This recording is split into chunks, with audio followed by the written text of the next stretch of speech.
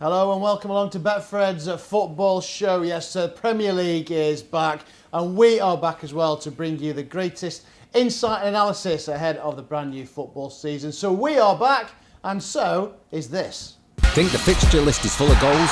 Then check out our Goals Galore bonus coupon. Pick 4 correct matches and a £10 stake will turn into £100. Pick 5 correct matches and it will return £170. When both teams score, it's Goals Galore.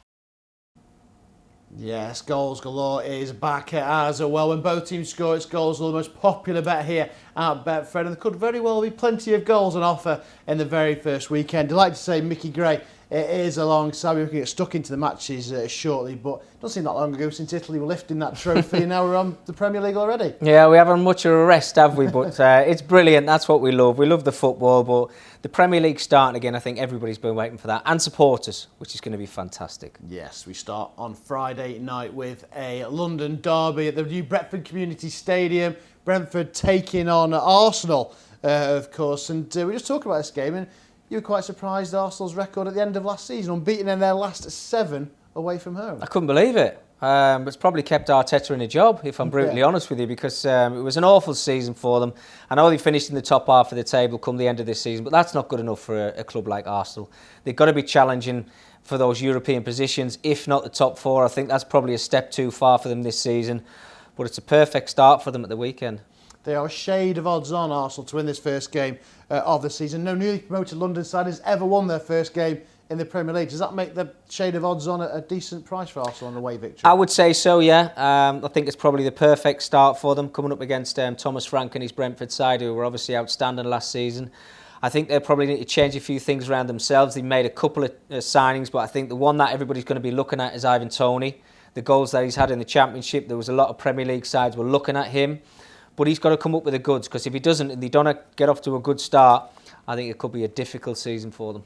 Yeah, 33 goals Ivan Toney scored last season, a brand new Championship record.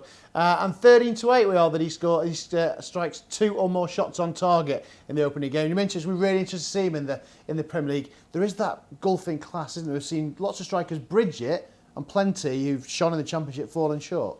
Yeah, you get that batch of players, don't you? Too good for the Championship, but not good enough to play in the Premier League. And we hope that he's not one of them. Look, he's a powerhouse. We saw a little clip of him, I think it was last season when they played against Spurs. He obviously stuck the ball in the back of the net, but it got disallowed. But he's got everything. He's got all the attributes to be a top centre forward for Brentford. And they've got to find a formula and a solution to get the ball up to him as quick as they possibly can. They love to play some nice football, high intensity. They've got good levels.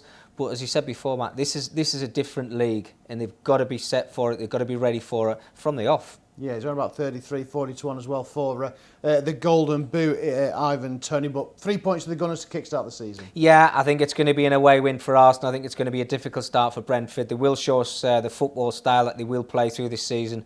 But I'm going to go for Mikel Arteta to get 3 points. There we are then, Arsenal to have the first 3 points of the season. Then Saturday lunchtime, what a game this is. First game of the season, no love lost between the White and the Red Roses. Manchester United taking on Leeds United. As you can see, 2's on for this game. A huge season for United. If there's no silverware this campaign, it's their longest drought since 73-74 when they were sent down with that and Dennis Law back heel, of course. But they are building a side. They believe they can challenge. Sancho through the door, Varane about to come through the door. Maybe another Solskjaer talking about maybe another. We'll have to wait and see. But 6-2 and 0-0. Two extremes this fixture last season. What a contrast. I thought when they played at Old Trafford it was the perfect game for Man United because their form at home wasn't great.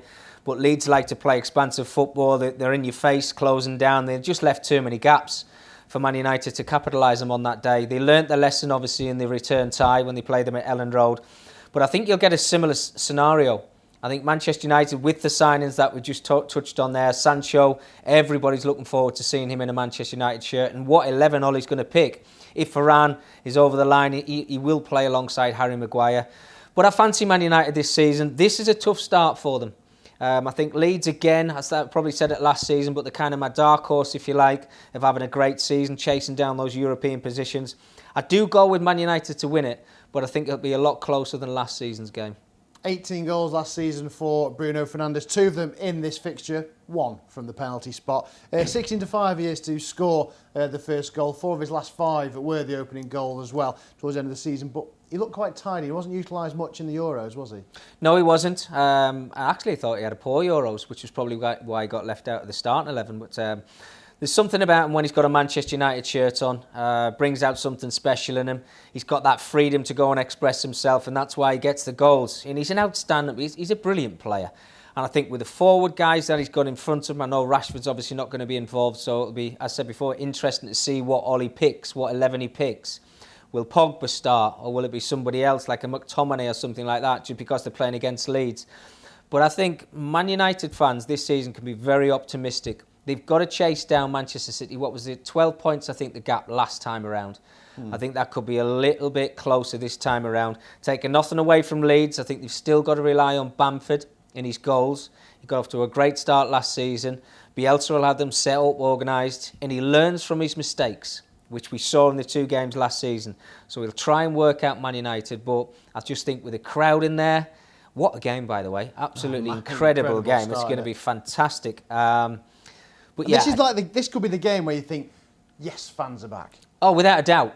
Absolutely. Friday night's going to be brilliant. You know, we've got a new side in the Premier League, never been there before. I think everybody's looking forward to that. But when you go to a big cauldron like an Old Trafford, there's something special about it.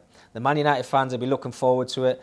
And their form, their home form, if they get that right, I know they did later on in the season, but if they get that right early on, because let's think about it, you can only lose 2 or 3 games a season now, or you don't win the Premier League. So they've got to hit the ground running. They'll know that. Leeds will know that themselves, playing away from home. But the atmosphere in that stadium is going to be electric. Leeds drew none of their 19 away games last year, won 10, drew 9 as well. But United have been leading at half-time in the last 5 season openers. It's 5-4 for United, half-time, full-time on the double result. But you think 3 points for the Reds? Yeah, close game, but I think Man United will just tip this one. Right, Chelsea, then another game we've got to talk about as well. They're taking on Palace, and Chelsea inflicted 2 of Crystal Palace's heaviest defeats in the Premier League. People thinking Chelsea are the value in the Premier League. The European champions have beaten City on the last 3 occasions, and Romelu Lukaku is about to come into the bridge. Yeah, well, he's in London, isn't he? I think all he needs to do now is pass his medical. And he's the missing piece of the jigsaw for me. Some super signings last time around. You probably look at Timo Werner and maybe think, you know, did it work for him? Did he score enough goals? No. This is why they've gone out and spent £97.5 million on Romelu Lukaku. And I say missing piece of the jigsaw because he's one of the best strikers in Europe, if not the world, because you look at his record and everybody kind of judges when he was young at Chelsea.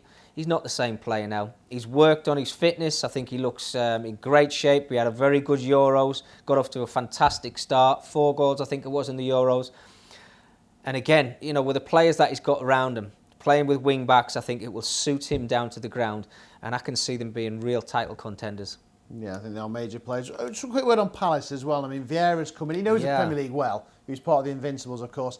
They've got rid of a lot of players, a lot of older players. Townsend moved on. Cahill as well has been released. But they've made some good signings. Guehi, I think the youngster, the 21-year-old, he was fantastic for Swansea last year. Elise was brilliant at Reading. They could surprise a few. Conor Gallagher, Joe Anderson as well as a couple of other players. And they needed to do it because they were talking about 13 or 14 players who were getting released or were out of contract in the summer. So a lot of hard work.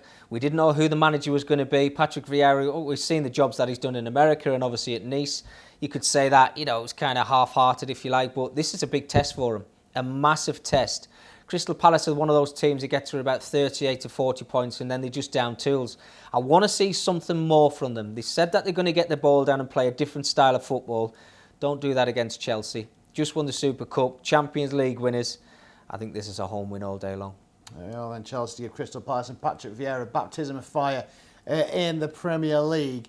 Move up to Merseyside. Everton taking on Southampton on Saturday afternoon. This is as one-sided as Premier League games come. The last 16 meetings, Everton have won 11 and drawn 5. 9 of those 11 were by a single goal to nil. The odds on to win, Everton 10-11. They're 6-1 to win 1-0. Calvert-Lewin doubtful. Richarlison out as well. So it looks like an obvious play, doesn't it? And Southampton, no Danny Ings. I think without his goals, they'd have been in the bottom 3 last year, and potentially Vestergaard off to So Leicester could be a long, hard season on the South Coast. Yeah, Danny Ings, obviously, I'm a super player. I really like him, so that's going to be a big miss. Adam Armstrong's came in from Blackburn for initially £15 million. I think it could work up to about £20 million as well. But you're right to mention Vestergaard. I thought in the first half of the season, I thought he was absolutely outstanding. Kind of lost his way a little bit. Then he had the Euros, so he's obviously confident. He wants that move. I think it obviously is going to go through. Southampton have got to start well, because the second half of the season I thought they were very poor, and it looked at some point in the season that they were actually going to get relegated. They've stuck there, so they've stuck with a manager on more than one occasion. And Rafa Benitez, let's not forget about that, going in at Everton. He is under serious pressure because of his background, his Liverpool background. They've got to get off to a good start. Damari Gray, Townsend coming in. I'm not too sure those two players are going to excite Everton supporters. The two players you mentioned, Richarlison, Calvert-Lewin, were their star players last season. So yeah, they'll be organised, hard to beat, and their home form has got to change. It was terrible last season, but I'd still go with Everton. I think they probably win this one. I think it'll be a tight encounter, but just because of the support, I'll probably say that on a few occasions in this show, but I think it's going to be massive for the Evertonians, but a tight game. Yeah, and just to touch upon the fans, they are massive. I mean, it probably contributes to maybe the Blades going down last year. Sheffield United as what they had the season before. And small, tight grounds like Everton, and they kind of feel like they're on top of you. It's going to make a difference to many grounds. Yeah, no, absolutely. And I think why I talk about the performance and Rafa Benitez a lot is, you know what supporters are like. You know, they get behind the man. If they start well, they'll start to sing his name. If they don't, then the players, the manager, and you'll feel that pressure in that stadium. But because it's the first day of the season, I think Rafa will have them organised, well drilled. Southampton team, we know what you get from them. They've got some quality players, don't get me wrong, and I like watching them play, but they start games very quick, but then I think when it gets to the second half of games, they struggle a little bit. So that's where I worry about them a little bit. And can Adam Armstrong score goals in the Premier League? Big question mark over that one. Yeah, the Sunnies lost the last 5 on the road last season as well. All the stats point to Everton and a 1-0 victory. It looks a decent price at 6-1. All right, a couple of games at 3 o'clock to discuss as well. Burnley host at Brighton. Many people think Burnley got to struggle this season, and many tipping Brighton for a top half finish. I mean, I just saw this fixture and went, draw. Do you know what? It's crazy, but I think that will be a good result for these two teams. From what I've seen in pre-season, Graham Potter has been out on, I think he spent a little bit of money. But has he spent enough? Has he got that squad fully right? Where the goal's going to come from? That's the thing. I mean, their approach play was fantastic. Yeah. You can put the ball in the net, and I don't think he's addressed that, and they've lost Ben White. Yeah, absolutely. £50 million to Arsenal. Super signing for them. But, you know, the big question mark over them, Graham Potter probably thought that he was going to get all of that money to bring in new faces. The transfer window's still open. So we're still optimistic of what he can bring. There was talk about him maybe being a Spurs manager or somewhere else. He stayed there, he stuck it out. Sean Dyche just gets on with it, doesn't he? Yeah. 4-4-2, you know what you're going to get. What was it, Nathan Collins, centre-half they brought in. I don't think there's been too many changes. We thought there might be. But I think you're right, Matt. I think a draw would be a good result in that game. Yes, 7-4 for under 1.5 goals. I think 0-0 or maybe even 1-1 in that one. Just one of them that stood out to me as a draw, and you'll find out a little later as well. And then I thought at home, Banker next, Midlands Derby, Leicester taking on Wolves. I think Wolves might struggle this year. I know Raul Jimenez is back from that horrific injury. The last 7 times these have met on the head-to-head, the same result at half-time has been reciprocated at full-time. I thought 6-4 Leicester to win half-time and full-time. With that confidence-boosting Community Shield win under the belt, I thought it was a decent price. Yeah, no, absolutely. What is it, 72 out of the 76 weeks over the last 2 seasons they've been in the top 4. So I think that's kind of, well, it's fantastic form, isn't it? They've just slipped out at the last second. Mattered twice. Yeah, absolutely, yeah, which is really unfortunate. But I think if any side in the Premier League are going to try and chase down that top 4, again, it's got to be Leicester for me. Their recruitment is absolutely top draw. It really is. And I think Brendan's building something. You look at the training ground facilities and everything about it. You'd want to go and play for that football club. Bertrand came in. Samore, I think, was 17 million quid. Samore, I mean, was he 22 from Lille, French champion? So they've got he's really done well. Excited by Daka as well. Daka, yeah, exactly. So if they can do it in the Premier League, I think this might be the time for Leicester to try and chase down that top 4 and stick in it come the last day of the season. And you're right about Wolves. Jimenez, you don't know what type of player you're going to get. I was really surprised because I thought if he was 100% fit, Nuno Santo goes to Tottenham. he would have been one of the first players that he actually went to try and sign. It hasn't happened, so I think they're all waiting to see if he can actually still do it, whether he's got a head cover on. I don't know how he's going to play, but I really wish him the best of luck. But I think you're right. My old club Wolves, I think this could be a real tough season for them. Yeah, I think it might be, sadly. Just touch on the Ashley Young derby as well. Watford taking Aston Villa. Look, I know they've lost Grealish. I think Villa have done something outstanding business. They got Buendia in early. Yeah. Obviously, so they weren't priced out of that with the Grealish money. Ings has come in. Ashley Young on a free. Leon Bailey as well. I think they've recruited very well. Well, I think of them all, I mean, Danny Ings, of course. I think we know he's tried and tested in the Premier League. I think him up front with Ollie Watkins, if that's the way they're going to go, then watch out. I mean, Watkins last season playing up front on his own was absolutely fantastic. Works his socks off. International now, which I think is going to be great for him. But yeah, I mean, you talk about Grealish, you've got to, because he's not going to be in the team. Where's that flair and guile going to come from that midfield area? We're looking at Bailey. Hopefully he's the real deal, because a lot of people are talking about him. I think I've heard a couple of interviews from their players and said how excited they are that he's going to be in that starting 11. Twanzebe. But Dean Smith, absolutely first class. He was under a lot of pressure. Let's not forget about that. Last season, I thought he turned that around great. But Watford, on the other hand, what are you going to get from them? I really don't know. They love to change managers, don't they? Yeah. I mean, we've got a new one in charge. So how long he's going to be in the hot seat for, I don't know. They've made some changes. Danny Rose, Fletcher's came in, Josh King from Everton, who didn't really get an opportunity there. So maybe they're kind of looking at it thinking, right, this is our last chance to show if we are Premier League players. But I think I'd go with Aston Villa. Newly promoted side again, Watford. I think it's going to be a struggle for them. Yeah, I'm quite sweet on Villa. I think they'll have a decent season as well. Spend that Grealish cash very well. We move on to the Carrow Road. Norwich taking on Liverpool. Remember this 2 seasons ago?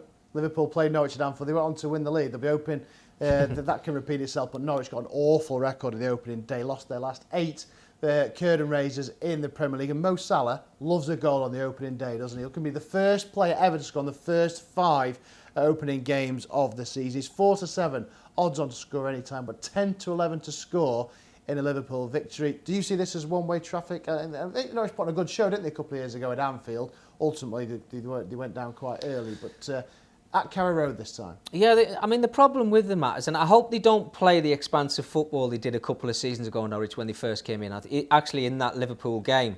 And they'll probably be thankful that Suarez isn't playing for them, because I think he scored a boatload against them. But Salah's another player. I think what you've got with Liverpool this time around is obviously new signings coming in, not too many. You're talking about Konate, who was a fantastic player, had a great season last season in the Bundesliga. So I think him and Virgil van Dijk. Well, he'll be like a new signing, won't he? Absolutely, yeah. So they look solid at the back. I know Robertson's going to be missing for 3 or 4 weeks, whoever's going to play on the left-hand side for them. But I think the rest of the team kind of picks itself. You know, you've got the 4 up front now who you can either pick 3 of. Mane said he's rested. He's had a 4-week break, which is great for him. You know what you're going to get from Salah. Just goals galore. As you mentioned there before, great stat, by the way. If he gets that goal on the first day of the season, which he'll be trying to do, he'll create so many opportunities. And Norwich, just try and be tight. Don't try and play Liverpool at their own game, because if you do, then you're going to lose. But I've got to go with Liverpool. Of course I have. I think that could be a high-scoring game. I really do. But I do think Norwich will get goals. 8-11, you can have Liverpool to win with over 2.5 goals, 3 or more goals in the game. They average just under 3 goals per game when they're taking on Norwich. So yeah, I agree with Mick. I think goals are plenty at Carrow Road on Saturday night. Newcastle taking on West Ham. 2 teams that have been very quiet in the transfer market. And I couldn't believe Newcastle were around just over 2-1 for this fixture. They have got what West Ham haven't got, and that for me that is a guaranteed goals with Callum Wilson. I think he's a fantastic striker. And I thought they were a decent price for this fixture. The thing about Callum Wilson, I don't even remember, there was a part of last season where he wasn't playing and sent maximum. And I think those 2 guys, when they're not in the Newcastle team, it's completely different. They probably were waiting for a fresh face or 2 coming into that dressing room. It's not going to happen. We know what's happening in Newcastle, off the field, with the ownership. Steve Bruce, I'm really pleased he's actually still there, because I thought he did a terrific job with that squad last season. But yeah, they've got to rely on those 2 boys to get goals for them. West Ham, brilliant season last time around. Can't really judge them because they're not playing at home on the first day of the season, but I just wonder what they're going to be like now with support in that stadium. Great last time around. I thought David Moyes did a fantastic job. Antonio, what they're going to do without Lingard, So there's been a few little changes here and there. Areola, goalkeeper, coming in from Fulham as well, whether he starts the season or not. But I think David Moyes and Steve Bruce will probably be thinking to themselves, well, Steve Bruce, for instance, let's just stay in the Premier League again. And David Moyes, can we chase down one of those European spots? Away win for me. Away win, always go for the Yeah, Hammers, just a then. very close one, but I definitely go with West Ham. Well, the amount of the opening game of last season, it was a away win, but that was Newcastle winning at the London Stadium. And just West Ham, have they got a big enough squad to fight on those many fronts with European That's the problem. football? Yeah, that's the problem. I think when you bring European football into the equation and, travelling away on Thursday, I did it with Blackburn for 2 seasons, and it is hard. You don't realise how much it takes out of you because you're playing Thursdays. Then you have to play Saturdays or Sundays in West Ham's case. And how far they go in the competition, because it's going to be game after game after game. And you're right, is the squad deep enough? Big question that will be answered, of course, over the next few months. Right, the big one. Where will Harry Kane become the 31st of August? Well, he'll certainly be in Tottenham White this weekend. He's due back in training this weekend. Look, Spurs have faced Man City 3 times in the opening game of the season and not lost any. And, of course, City have lost 15 Premier League away games against Spurs as well, including the last 2. But things have changed. Well, massively. Absolutely, yeah. Look, if you said to me, Man City, are they going to beat Tottenham without telling me those stats, I'd go with Manchester City all day long. And let's not remember, Nuno Santo's gone in at Tottenham. He's tried to change things around. Romero's came in. I expected him a lot more. He probably wants, if it's going to happen, and it's still an if at the moment, is Harry Kane going to be a Tottenham player or is he going to be a Manchester City player? Because if he's going to be a Man City player, give me that £100 million and let me get guys in so we can have a real chase down for these European positions. But until that happens, he's stuck with what he's got. Their defence last season was too slow. It was languid. They've obviously changed one player. Brian Gill, I think, is coming on as left midfield, whether he's starting the game or not, or it's a little bit too early for him. I think they'll probably go with tried and tested. But Man City, you've got to talk about Grealish. He's come into that starting 11. Does he make them any better? Well, he certainly makes them stronger. Outstanding player in my eyes. Forget about the figure of £100 million. But he wants to chase down this title again, Pep. And he'll know himself because of what Chelsea have done. Liverpool are going to be stronger, and Manchester United get off to the perfect start, or we're going to be playing catch-up. It's interesting. Looking at Spurs, do you think other teams have caught up? Do you think they're not really involved in that top 4 race? The best of the rest. They've got players like the Chelsea who kind of forgot about. He had a wonderful Copa America. Son signed a long-term contract as well. And they've got the kid from Atlanta, the centre off, the Alderweireld's gone as well, replaces, so maybe a little bit more pace at the back. Yeah, well, they definitely needed that. Have they gone out of those Europe? Definitely the top 4. They're not going to get anywhere near that top 4. I think Leicester City's squad at the moment is a lot better than Tottenham's, and that's even with Harry Kane in the squad. I do worry for them. I think I went on record and said I don't think they'll get in the European positions over the next 2 seasons because of the squad, but they are trying to make those changes, and that'll all just rely down on this transfer window. Is Kane going to be there or is he not? Can we bring in fresh faces? If they can do that, it gives them that catalyst and maybe the opportunity to get into those European spots, but at the moment, I just don't see it.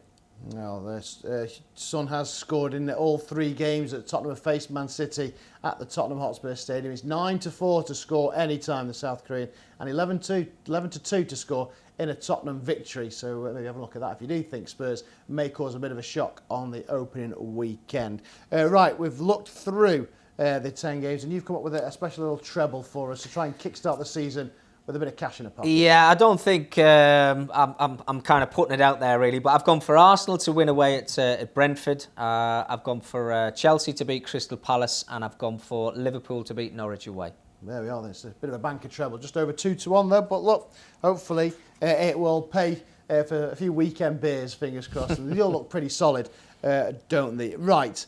It is the start of the season. Everything goes. 20 sets of fans dreaming of glory. City are the team to beat. Long odds on. Well, about 4-6, of course. Chelsea and Liverpool both in there at 5-1. Do you think they're evenly matched? Or do you think Chelsea should be a little bit closer? They've beaten City on the last 3 occasions, including in the Champions League final. And with the Lukaku win, do you think Chelsea should be a little bit closer in the market? I think that's the big question, Matt. If that gets over the line, which I think we all expect to, I think Chelsea are really, really strong. The amount of money that they spent over the last 2 seasons, I know people are saying Man City have done exactly the same thing, but the top 4, you can kind of mix it up whichever way you want to, really, I think, with Chelsea, Liverpool and Manchester United, and that's leaving Man City out because they're obviously the holders of the Premier League. But I just think it's going to be so close. There was 12 points gap between the two top sides last season. I think it's going to be a lot closer this time around. Yeah, we all got top four betting. City look home and hosed it in that one as well. In fact, those top four look like the four, according to the market, that will fill those Champions League spots. And two of those top four, well, we know there's a massive rivalry in the Northwest down the M62 between Manchester United and Liverpool. And two of the finest boxers this region has ever produced have got different opinions on how their sides may fare this season. I think the same as last season, but obviously we're going to be pushing towards titles this season. We're not happy in coming second. Can I ask you a question? Go. Did you see that clown on the social media who said Bruno Fernandes is better than Gerrard? I didn't see that. No, I didn't. I genuinely, potentially. When we talk Gerrard, we go Scholes and Gerrard, don't we? That's what we talk. Could you put Paul Scholes right back in the Champions League final? Oh, for fuck's sake, you're still going on about that, mate. You probably could. He could do it anything. I don't know, you know. I don't know about that, but I just know he was the better player. That's all I'm saying. However, no, obviously there's a lot of pressure on them after the disgusting attempt to defend the Premier League title last year. But they was the only club who had an injury last year. No one else had any injuries. So we'll see what happens. But no, I think we come ahead of them again. Mate, you've only beat Everton in a friendly. What? You've lost it already. We finished above yous. Did you just forget last season how bad it was? This season, come on. We've lost Samuel in the league, Paul. No, right. We've lost Samuel in the league. What? Jesus, yeah, a long time ago. 13 we lost, don't we? Yeah, when Van Persie, 13. Did you go to the match that season? Was you world champion by then? No, I was there the night Van Persie. He didn't go to the match till he started becoming world champion. You got a free season ticket when you won a world title. You got a free half season ticket because you won the title in March. Mate, he come to Anfield one of the games. He come to Anfield one of the games and we took him to this cafe. Summit Diner. Oh, what was it called? Was it Linda's? Linda's. Not moved out the 70s. I swear down it had not moved out the 70s. Food was alright, like, but these was made up with it. I couldn't believe it. I thought I was getting wine and dine. Yeah, it was a bad night, actually. We'll have a good season this season. Yeah, Anthony Crowell and Liam Smith there. Liam Smith will be in action very shortly next month in about. And Anthony Crowell, very different views on how their sides will fare this season. Obviously, both backing their sides to take the title, as you would expect. From the top, though, to the bottom, Mickey Gray is alongside. And Mickey, we're going to talk about relegation. Obviously, sadly, 3 teams will drop out. It's always a dogfight. Many people looking at Southampton, no Ings, potentially no Vestergaard. They did struggle without them pair, or certainly without Danny Ings last season. Crystal Palace, if it obviously doesn't all click under Patrick Vieira. I personally think Wolves may struggle as well. They had poor patches last year. Or is it a case of the 3 that have come up? Are they the ones that will be looking over their shoulder all season? Yeah, I think you have to say that in your first season. I think, maybe even when Leeds came up last season, I thought they were probably the only side where you thought they'll do okay. I look at Norwich because of their record and their history in the Premier League of being up and going down. I think it's going to be a tough one for them. But you're right, Brentford have never been there before. They're probably relying on Ivan Toney. Newcastle. We talk about if them 2 players are missing and they get injured, the 2, Callum Wilson and St Maximin, they could struggle not bringing any new signings in. There's going to be so many sides down there, and week by week it's going to change. That's your bottom 3. But I think, the 3 that come up are going to struggle this season. It's going to be very hard for them, but it wouldn't surprise me if 1 or 2 of them actually stayed in the Premier League. Yeah, and maybe Norwich and Watford might be better prepared after what happened a couple of years ago. Well, that's what happens. Sometimes you say, and it's happened to myself, you get promoted maybe 2 seasons too early. You get relegated, but you learn from your mistakes, and I think that's what they have to try and do. Got to be more organised, though, and score a lot of goals. And a quick chat about the Golden Boot as well. I mean, Harry Kane, Mo Salah, the usual names. Lukaku, you put amongst the mix. Which of those 3, and anyone else at a bigger price that would be worth an interest? Do you know what? A big price for me is Iheanacho. I think everybody talks about Jamie Vardy at Leicester City, but you look at him at the end of last season. He obviously got the goal in the Community Shield as well. I think as a little outsider, and I'm not saying too much of an outsider, I think he's going to score a lot of goals for Leicester City this season. And Bruno Fernandes from Man United. They chop and change their goals around all over the place. They haven't really got that out-and-out striker who's going to get the 25, 30 goals. But I'd certainly look at Bruno for Man United, the players you mentioned before, Salah, Kane, Lukaku, obviously. But Iheanacho, I think he's going to be thereabouts. There we are then, around about 25-1 for Iheanacho, of course, alongside Jamie Vardy. Could be a good season for Leicester. Indeed, I thought talking Leicester, Patson Daka as well. We'll be interested to see how he gets on. Bagged a few for quite a lot for Salzburg, a la Erling Haaland as well. But that's our build-up then to the opening weekend of the season. Cannot wait. We are back. Join us every single week on Betfred's football show. We are back. All your favourite bets are back. Whatever you're back in this weekend, best of luck.